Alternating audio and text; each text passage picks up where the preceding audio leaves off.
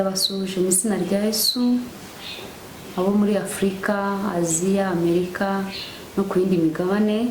Bifuje ko tuganira ijambo ry'Imana kuri iyi televiziyo nziza ikwamamaza ubutumwa bwiza yitwa Gusenga Kwizera TV. Ndabashishikarije kugira ngo mubane nanjye ngewe mugiye kuganira nawe ijambo ry'Imana. Yitwa Kansarisa Olive, abantu benshi banze ku izina rya Mama Eric. Bahaye ikaze no kugira ngo dusangire neza ijambo ry'Imana kandi twinginge umwuka wera w'Imana kugira ngo abane natwe, adufashe kumva kandi twumve icyo umwuka wera avugana natwe binyuriye mu ijambo ry'Imana. Reka twandire dusenge twiyegereze Imana kugira ngo umwuka w'Imana bari ubasha kudufasha muri uyu mwanya mwiza wo kugira ngo twumvane ijambo ry'Imana. Data mu izina rya Yesu, turagushimiye kuko duhaye umwanya mwiza, umwanya wo kumva ijambo ryawe. Ndabizi neza yuko ari wowe uzanyira ijambo, kandi waravuze ngo uzatuma ijambo, numara kurituma uzaritegeka kugira ngo rikore icyo waritegetse yuko rikora ku bantu. Reka ntaba ari njye, ahubwo unyemerera umwuka wawe wera yururukire muri njye kugira ngo imitima y'abantu bagiye kumva iri jambo rigira ahantu ribakura kandi rigire n'ahandi hantu ribatereka. Ndabizi neza ko uri hano kugira ngo ukore imirimo n'ibitangaza. Hari ababyeyi bari kuryumva, hari abagabo, hari abakobwa ndetse hariho n'abahungu bagiye gukurikirana iri jambo ryawe.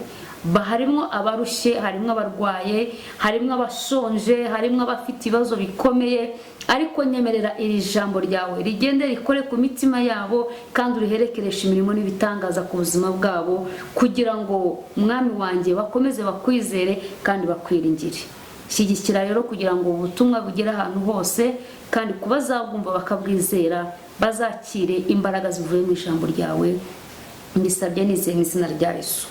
Ndabahaye rero ikaze nanone, reka dusangire ijambo ry'Imana. Umutwe w'ijambo nawise ukuboko kw'Imana kutagaragara. Ukuboko kw'Imana kutagaragara kuraza kugakura umuntu ahantu hakomeye. Ukuboko kw'Imana kutagaragara kujya kuvana umuntu mu kibazo. Ukuboko kw'Imana kutagaragara kwabanye n'abantu bashonje, kwabanye n'abantu barwaye. Ukuboko kw'Imana kutagaragara kwabanye n'abantu bafite intambara zikomeye, ariko ukuboko kw'Imana kwagiye kubazamura kukabageza ahantu heza. Ndakwifuriza kwizera ukuboko kw'Imana. Ukuboko kw'Imana gukora abantu batareba. Ukuboko kw'Imana kujya gusanga umuntu mu kibazo, ahantu abantu bamutaye, ahantu abantu bamujugunye, ahantu abantu bavuga ngo byarangiye, ahantu abantu bavuga ngo ntibigishobotse, ariko ukuboko kwiza kw'Imana kukaza kugakura umuntu mu kibazo. Ndakwinginze tuganira rino jambo, ni ijambo umwuka w'Imana yampaye, uryizere kuko nanjye uvuga ukuboko kw'Imana kutagaragara hari ahantu kwankuye mu mwijima w'agahinda. Ukuboko kw'Imana kutagaragara kwasanze mu bwihebe, ahantu nabonaga isi yanjugunye, ariko nizera Imana. Ukuboko kw'Imana kutagaragara kumvana mu bubata bw'umwijima w'icuraburindi, kumva ko ubuzima bwarangiye. Uyu munsi ntabwo ndi kukubwira Imana numvishe, ntabwo ndi kukubwira Imana numvanye abandi, ndi kukubwira Imana ngewe nabonye Imana ifata ubuzima bwanjye bwapfuye ikongera ikabuha icyerekezo cy'ubuzima. Uyu munsi ndi umumama uhamya Kristo kuko namubonye, kuko nabonye imbaraga z'Imana, nabonye ukuboko kw'Imana gukura umuntu ahantu n'ababyeyi batari, ahantu inshuti zitari, ahantu abantu bavuze ngo uriya birarangiye, ariko ukuboko kw'Imana kwaragiye kuranterura. Imana ishimwe. Ukuboko kw'Imana kwanteruye ahantu isi yari yamaze kumbwira ngo birarangiye, ntibigishobotse, ariko ukuboko kw'Imana kutagaragara ahantu kumvanye n'ahantu kungejeje. Niyo mpamvu nanjye numvishe kukubwira ko ugomba kwizera uko ukuboko kw'Imana kutagaragara. Ukuboko kuza kugakora abantu batareba, kwamara gukora kugashyira ibintu ku mugaragaro, gukora abantu batareba, gusanga umurwayi mu bitaro, muganga agatera urushinge umurwayi, ariko ukuboko kw'Imana niko guherekeza uwo muti mu mubiri wa murwayi kutagaragara. Nta muganga, ntabwo kuza abaganga bareba, nta nubwo uko kuboko kw'Imana ntabwo kuza na nyiri kurwara nawe areba, ariko iyo ukuboko kw'Imana kumaze gukora ikidasanzwe muri wa murwayi, gushyira ku mugaragaro noneho ibyo kwakoze, abantu bakavuga ngo Imana ishimwe kuko yamukijije, ariko ni ukuboko kw'Imana kutagaragara kwaje guha ubuzima wa muntu bavugaga ngo birarangiye, bateguye ikiriyo, bateguye kumushyingura se, ariko kuko Imana imufiteho umugambi igatuma ukuboko kwayo kutagaragara.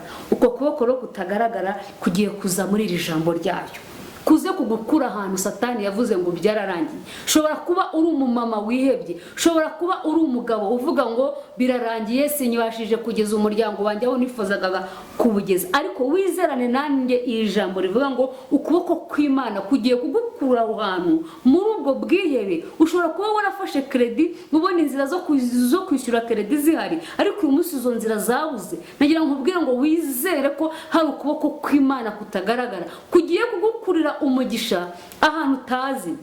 Imana igiye kugutereka ahantu nawe utigeze kurota, kubera ko wizeye imbaraga ziri mu kuboko kw'Imana kutagaragara. Reka nihuse dusomane amagambo y'Imana ari mu gitabo cy'umugaragu w'Imana Ezira ibice 8, turahera ku murongo wa 31. Imana ishimwe.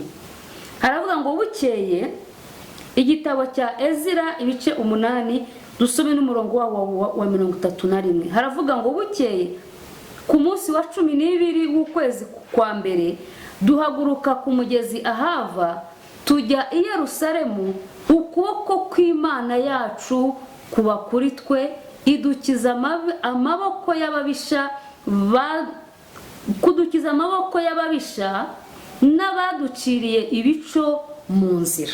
Imana ishimwe. Reka twongere dusome amagambo y'Imana mu gitabo cya Daniyeli. Igitabo cya Daniyeli ibice 6 turasoma duhere ku murongo waho wa 17. Igitabo cya Daniyeli ibice 6 turahera ku murongo wa 17. Aravuga ngo nuko umwami arategeka bajya kuzana Daniyeli bamujugunya mu rwobo rw'intare, ariko umwami yari yaramubwiye ati Imana yawe ukorera iteka iragukiza. Dusimbuke tujye ku murongo wa 20. Haravuga ngo bukeye umwami yibambura kare mu museso, agenda yihuta ajya kuri rwa rwobo rw'intare. Ageze hafi y'urwobo, Daniyeli yari arimo atera hejuru n'ijwi ry'umubabaro abaza Daniyeli ati yewe Daniyeli, mugaragu w'Imana ihoraho, mbese Imana yawe ukorera iteka yabashije kugukiza intare? Daniyeli asubiza umwami ati nyagasani uhoraho, Imana yanjye yohereje marayika wayo abumba iminwa y'intare, ntacyo zantwaye kuko nabonetse imbere yayo ntafite icyaha, kandi nawe nyagasani ntacyo nagucumuyeho. Imana ishimwe. Kuboko kw'Imana kutagaragara. Dusomye amagambo y'Imana y'umugaragu w'Imana Ezira, yarimo akura ubwoko bw'Imana bwari bwarajyanyweho iminyago abusubiza muri Yerusalemu.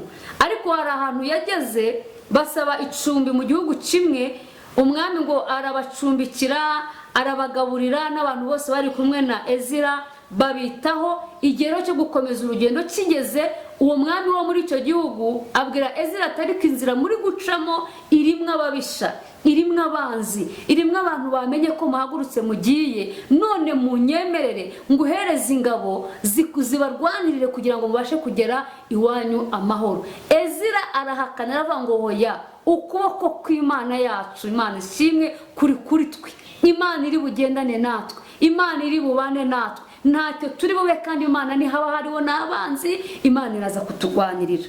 Ezira ngo bageze imbere gato, yohereza abantu bajya kureba koko niba mu nzira barimo nta kibazo gihari. Ngo bakigenda, abo yohereje gutata ngo bamenye amakuru yo mu nzira barimo, bagaruka babwira Ezira bati rero mwami, burya koko inzira turimo irimo abanzi baduteze.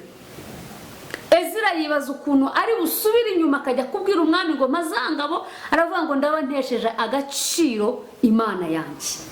Aravuga ngo ntago bishoboka ko subira inyuma ngo ngende mbwire wa mwami w'umunyamahanga utazi Imana yo mu ijuru, none ndabasha kumubwira ngo nampe ingabo kandi namwemereye ko hari ukuboko kwiza kw'Imana kuri twebwe, kuri ubashe kuturwanirira. Ngaravuga ngo nabantesheje agaciro ijambo navuze ryo guhamiriza uriya mwami ko Imana iri mu ruhande rwacu. Ahubwo afata umwanzuro mwiza abwira abantu bose bari kumwe nawe, aravuga ngo reka twiyirize ubusa. Bari bageze ahantu bita ku kagezi kitwa Ahava. Mwabwati reka twiyirize ubusa kuri aka kagezi kitwa Ahava, tuyoboze Uwiteka inzira idutunganiye twacamo twebwe n'abana bacu n'ibindi bintu byacu. Ngo nuko biyiriza ubusa kuri ako kagezi kitwa Ahava, ngo biyiriza ubusa barasenga binginga Imana, bamara iminsi 3 basenga. Ijambo ry'Imana riravuga ngo nuko Uwiteka yemera kubumvira. Imana ishimwe. Bageze kuri ira jambo tumaze gusoma, abwira abantu ngo yibutsa abantu kuboko kw'Imana kwabanye nabo. Aravuga ngo nimuzi ko ukuboko kw'Imana kwagiye kubana natwe mu nzira ahantu twagiye duca. Imana yagiye idukiza ibico by'abantu badutegaga. Imana yagiye idukuriraho ibintu abantu babaga baduteze, ibico by'abambuzi, ibico by'abashaka kutwambura ubuzima. Imana yagiye iturwanirira. Ese wowe mu buzima bwawe, wowe turimo tuganira, wowe unkurikiye, yagiye igukuriraho? Nta kuboko kw'Imana wagiye ubona? Nubwo kutagaragaye ngo kurebesha amaso yawe, nta hantu Imana yakuvanye bikomeye, nta hantu Imana yakuvanye nawe ubwawe uvuga ngo birarangiye. Ese ntabwo wakwibuka igihe wari urwaye wabuze n'ukuntu wagera kwa muganga, Imana igakoresha abantu? Burya ni ukuboko kw'Imana kutagaragara kwabakoreyemo. Imana ishimwe. Ezira yibutsa abantu ati mwibuke ukuntu Imana yabanye natwe, yagiye idukuriraho ibico, Imana yagiye iturinda, Imana yagiye iturwanirira. Ni ukuboko kw'Imana kutagaragara kwigijeyo ababisha babo. Nibuka igihe kimwe Abisirayeli bahaguruka muri Egiputa, bageze ku nyanja, bagera ku nyanja inzira irabura, batangira kwitotombera. Mose avuga ati se muri Egiputa ho ntihari imva kuruta ko watuzana ngo dushirire hano muri iyi nyanja? Ariko ntabwo bari bazi ko hari ukuboko kutagaragara kuri kugendana nabo. Imana ishimwe. Ndakwifuriza guha agaciro kuboko kw'Imana kutagaragara, kuza abantu batareba, kuboko kw'Imana kuza umurozi yaraye ku nzu yawe acuragura utabireba, dobini fonegrade, umurozi akaza mu gicuku wowe usinziriye avuga ati mufatiranye mu bitotsi ngiye kumuroga ahantu batareba. Ariko Imana ukuboko kwayo kutagaragara kugakubita imyuka yose abarozi bari bateze, ukabyuka uri muzima. Kumbi ntabwo ari uko utari gupfa, wari gupfa kuko umwanzi wakurariye ntiyifuzaga kubyuka uri muzima. Ariko ukuboko kwiza kw'Imana kwakubundikiye. Ni kangahe Imana ikubundikiye? Ni kangahe Imana yohereje ukuboko kwayo ku buzima bwawe? Ni kangahe Imana igukuye mu mpanuka nyinshi, ukuboko kw'Imana kukakurokora abandi babagapfa ugasigara?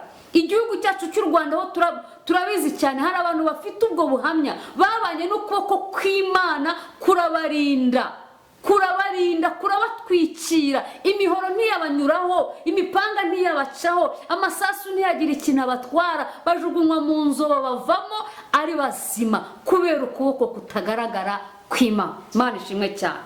Ezira yibutsa abantu, arababwira ati ukuboko kw'Imana niko kwabanye natwe, kandi uko kuboko ntabwo kwamanutse ngo bakubone. Ni ukuboko kutagaragara ariko kwamara kugakora ibigaragarira amaso yacu. Daniel twamusomyeho amagambo akomeye, ahantu bamugambaniye bamugirira ishari kuko yari yaragiriye ubuntu kuri uriya mwami, agirira umugisha muri kiriya gihugu, ari umusore w'umunyagano, atera ishyari abantu. Nkubwira ngo ibintu ukora, ubuzima uhagazemo, Satani ntabwo abunezererwa, ajya ahora kwirukankana ashaka imbaraga zagucogoza, ashaka imbaraga zakumanura, kohereza abana ku ishuri uzi ngo abana babagiye kwiga. Satani nawe akaboherereza imyuka ituma ubwenge bwabo butana. Ariko ukuboko kw'Imana kutagaragara kukongera kukabatwikira, ukabona abana bazanye amanota meza. Suko ibibarwanya ku ishuri byabuze, suko ibibarwanyiriza ahantu mutuye byabuze, ahubwo ukuboko kw'Imana kutagaragara niko kugenda kubarwanira umunsi ku munsi. Daniel baramugambanira, hajyaho itegeko ryo kuramya umwami, kandi bari babizi ko Daniel Daniyeli nta yindi mana ashobora gusenga usibye imana ya Aburahamu na Isaka na Yakobo, imana yaremye ijuru n'isi. Bashyiraho itegeko ribi bubangamire Daniyeli babizi ko iryo tegeko atazaryubahiriza. Umwami arisinyaho itegeko ry'Abamedi n'Abaperesi, itegeko ritavuguruzwa, itegeko rivuga ngo icyo umwami yemeje yacyemeje. Ariko nkwibutse ngo hejuru y'amategeko y'abana b'abantu hari itegeko rya nyiribishyi, niryo riza rikavuguruza ya mategeko yose. Bashyiraho itegeko ko umwami ari ugomba gusengwa, bashyiraho n'igihe, batega igico Daniyeli kugira ngo aze gufatirwa muri wa mutego. Ariko Daniyeli ngo agomeza gusenga imana yo mu ijuru. Noneho ngo yasengaga akinze, akingura amadirishya. Birashoboka ko nawe umaze igihe usenga wihishe kugira ngo abantu batamenya ko wakijijwe, kubera poste uhagazeho, kubera inshuti zawe mubana. Ariko igihe kirageze ngo usenge, bimenyekane ko usenga imana, kuko ukuboko kutagaragara kw'imana kuzarwanirira abantu bari mu ruhande rw'Imana. Imana ishimwe cyane. Ni igihe cyo gukura ibintu mu magambo ukabishyira mu bikorwa. Niba waremeye Kristo nk'umwami n'umukiza, cyangwa se ushobora kuba urimo ukurikiye buno butumwa utaramwakira, ndakwifuriza mwene data ukurikiye ugusenga TV, utangire witoze kugirana ubucuti na Kristo. Nibwo ukuboko kwiza kw'Imana kutagaragara kuzaguhisha mu bizago no mu makuba. Daniyeli itegeko riramufata bigera ubwo yisanga mu rwobo rw'intare, kuko ryari itegeko rivuga ngo utemera gusenga umwami mu minsi yategetswe nta kindi gihano azahabwa, azajugunywa mu rwobo rw'intare. Reka nkubwire ngo birashoboka ko Satani hari umutego aguteze, kuko ye uwamaramaje gukurikira Kristo arimo araguteza ibyago n'amakuba kugira ngo ucogore uve ku Mana. Ariko rya nkubwire ngo kugomeza kwiringira Imana kwawe niko gutuma ukuboko kw'Imana kutagaragara kukurwanirira. Ntuzacogore. Birashoboka ko hari intambara uhagazemo uyu munsi uvuga ngo kwihakana Kristo nibyo byatuma mva mu ntambara. Oya, wizere ukuboko kutagaragara kw'Imana kuje kukurwanirira, kuje kukugukura mu kibazo ngo kugutereke mu gisubizo. Daniyeli bamujyanye mu rwobo rw'intare, kumva ukuboko kutagaragara kw'Imana kwamubanjirijeyo. Bagiye kumugeza mu rwobo rw'intare, ukuboko kutagaragara kw'Imana kwafunze iminwa y'intare. Niwizere imbaraga z'Imana mu kibazo uhagazemo, ntabwo uri buhagarare mu kibazo wenyine, ahubwo hari ukuboko kutagaragara kw'Imana kugiye gufunga imbaraga zakurwanyaga, kukazinetraliza kugira ngo itsinzi waharaniye kugeraho uyigereho. Ndakwinginze mu izina rya Yesu, ndategetse imbaraga zose zakurwanyaga, ndategeka imbaraga zose zaguhagurukiye, ndategeka ubutware bw'umwijima bwaguhagurukiye gukubitwa hasi n'ukuboko kutagaragara kw'Imana. Imana ishimwe. Meshaki, Shaduraka na Abedinego bagiye mu itanura ry'umuriro kuko bari banze kuramya igishushanyo umwami yabajishije agishyize mu kibaya cyitwa Dura. Baravuga ngo ni ukuri turabizi neza Imana yacu ibasha kudukiza, ariko nubwo itadukiza ntidushobora gupfukamira igishushanyo kibajwe. Baravuga ngo nubwo itadukiza nubwo ibishoboye, ariko ntituri bupfukamira igishushanyo kibajwe. Bemeye kujya mu itanura ry'umuriro. Bageze mu itanura ry'umuriro, kumbi ukuboko kutagaragara kw'Imana kuragenda gufata imbaraga n'ubukana bw'umuriro bumaramo, ahubwo bibahindukirira, byabahindukire nk'umunezero kwinjira mu itanura ry'umuriro. Bo bagezemo bumva ko bagiye gupfa, kumva ukuboko kutagaragara kw'Imana kwababanjirijeyo. Ntabwo bahiye. Ijambo ry'Imana rivuga ngo bavuye mu muriro nta n'umwotsi ubanukaho, n'ibimenyetso by'ibigeragezo baciyemo bitabariho. Nuwiringira ukuboko kw'Imana kutagaragara,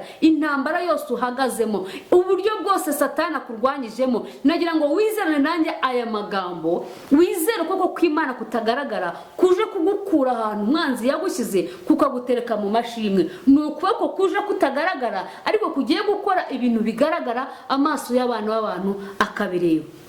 Reka ngusengere nkubwire ngo Mana Data, mushimiye ijambo ryawe rigeze ku mitima y'abantu benshi, abo muri Afrika, abo muri Amerika, abo muri Australia, abari mu migabane itandukanye y'isi, ukuboko kwawe kutagaragara kugende kubakura ahantu umwanzi yabashyize, ukuboko kwawe kutagaragara kugende gushyire mu mahoro abo bacuriraga ingoni. Uyu mubyeyi umaze igihe ababaye, uyu murwayi urwaye kanseri, uyu murwayi urwaye sida, izi mbaraga z'abadayimoni zabafashe, ukuboko kwawe kugende kubakura ahantu umwanzi yabashyize, kubashyire mu mudendezo w'agakiza. Ngushimiye kubatabaye, ngushimiye kubakijije, kugira ngo ukuboko kwawe kubaremere ibishya, bakomeze kwikomeza ku mbaraga zawe. Mbigusabye nizeye nk'umukozi wawe, nawe bikore nk'Imana, mu izina rya Kristo Yesu, amen.